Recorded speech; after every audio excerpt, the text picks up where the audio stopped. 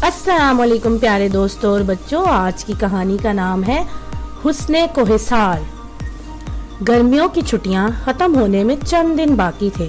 आदिल, आली, असद और दूसरे चंद दोस्तों को हारून ने अपने घर दावत दी। सारे ही दोस्त छुट्टियों में कहीं न कहीं गए हुए थे और अब पुरजोश तरीके से अपने सफर की रुदात सुनाने को बेताब थे। हर एक अपनी कहानी दूसरे को सुनाने के शौक में बोले जा रहा था। असद, जो इस दफा कहीं नहीं गया था, बोला, अगर तुम लोग बारी बारी सुनाओ तो बात ज्यादा बेहतर समझ में आएगी। ये ठीक है, सबसे पहले मैं बताता हूँ। आदिल ने कहा, हम रावलपिंडी से बजरिया हवाई जहाज गिलगित पहुँचे। एक रात यहाँ गुजर कर हम हुंजा रवाना हो गए। सारा रास्ता बेहद हसीन था, लेकिन हम देवनार होते हुए करीमाबाद पहुँचे तो एक नया ही मंजर था। रका पोशी की खूबसूरत बर्फबारी चोटी हमारी निगाहों के सामने थी। हमें करीमाबाद पहुंचकर अलिस्त बलिस्त के किले देखने का बहुत शौक था। पहाड़ की चोटी पर सैकड़ों साल पुराने किले बेहद खूबसूरत थे। किले देखने के बाद हम खंजराब की तरफ चले। गिलगित से खंजराब के रास्ते में कई ग्लेशियर भी पड़ते हैं। पसू और पतवार दुनिया के बड़े ग्लेशियरों में शामिल हैं। मारकून में कुछ देर ठहरकर हम सोसस पहुंचे। हमने रात यहीं गुजारी। अगली सुबह हम दोबारा खंजराब की तरफ रवाना हो गए। ये दुनिया का बुलंद तरीन दर्रा है। इसकी बुलंदी तकरीबन 14,000 फुट है। यहाँ की खूबसूरती देखने के काबिल है। सोसस और खंजराब के दरमियानी इलाकों को खंजराब नेशनल पार्क का दर्जा दे दिया गया है, जहाँ पहाड़ी जानवर आजादी से फिरते हैं और अपनी कुदरती माहौल में रहते हैं। यहाँ शिकार करने पर पाबंदी है। हम वहाँ से जल्दी ही वापस आ गए क्योंकि एक तो शदीद सर्दी थी, दूसरे बुलंदी की वजह से हमें सांस लेने में भी मुश्किल पेश आ रही थी। और यूसुफ, तुम सुनाओ, हम तो कागान गए थे ना, कैसी जगह है? वक्कार ने पूछा। जल्जले के बाद अब वहाँ कैसे हालात हैं? रिजवान ने भी सवाल किया। वादी कागान एक पुरफिजा मुकाम है। यहाँ सरसब्ज खुशनुमा वादियाँ, झीलें, झरने और चश्मे मौजूद हैं।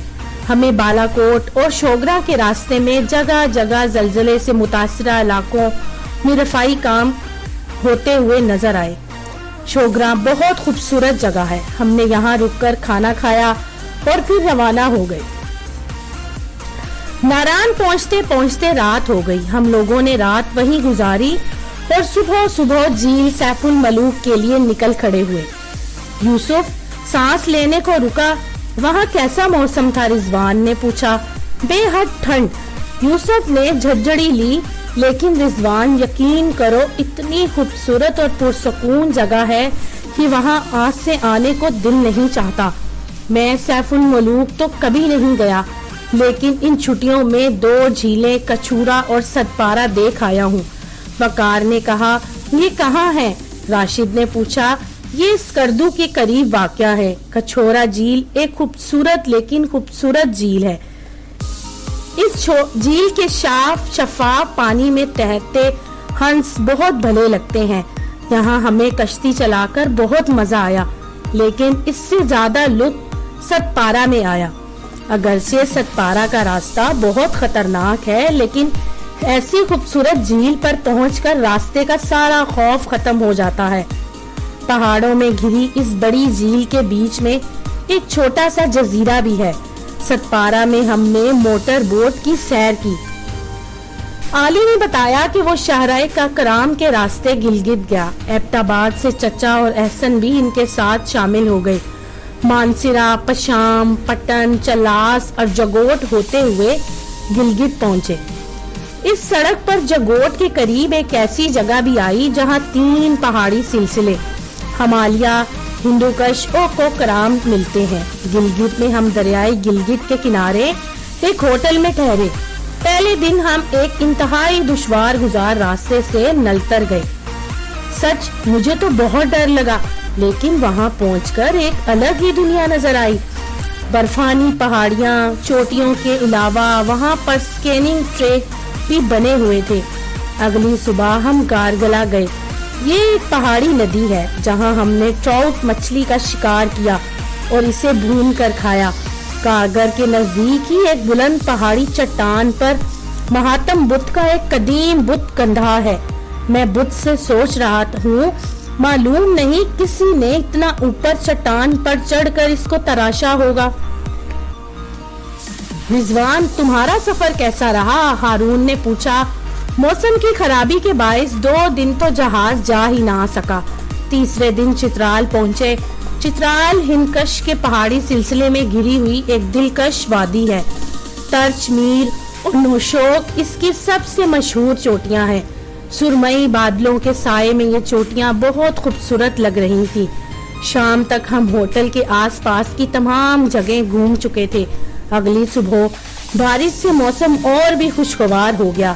ہم کیلاش قبیلے کی طرف گئے۔ یہ قبیلے بربریت، بموریت اور رمبو وادیوں میں آباد ہیں۔ یہاں کی عورتیں ہمیشہ سادہ لباس پہنتی ہیں۔ ان کی خوش نما ٹوپیاں سیپی پر بٹن اور موتیوں سے بنی ہوتی ہیں۔ ہم نے اجازت لے کر ان کی تصویریں بھی کھینچی اور ہوٹل آ گئے۔ اگلے دن ہم واپس پشاور آ گئے۔ اب ہارون کی باری تھی۔ وہ بولا، ہم 3 دن کے لیے سوات گئے۔ پہلے دن ہم نے وادی سوات میں مینگورا، صدار شریف اور اس کے ارد گرد کی جگہ دیکھی۔ ہم مغرار بھی گئے جہاں ہم نے سفید محل دیکھا۔ سنگ مرمر سے بنے اس محل میں اب ولی سوات نہیں رہتے بلکہ ایک ہوٹل گل گیا ہے۔ اگلے دن ہم میاں دم گئے۔ یہاں پہاڑوں پر گرمیوں میں بھی بہت برف باری نظر آتی ہے۔ یہی وجہ کہ رات خاصی ٹھنڈی ہو جاتی ہے۔ تیسرے دن ہم مدین، بحرین اور کلام بھی گئے۔ اتنی خوبصورت جگہ ہے کہ کیا بتاؤں۔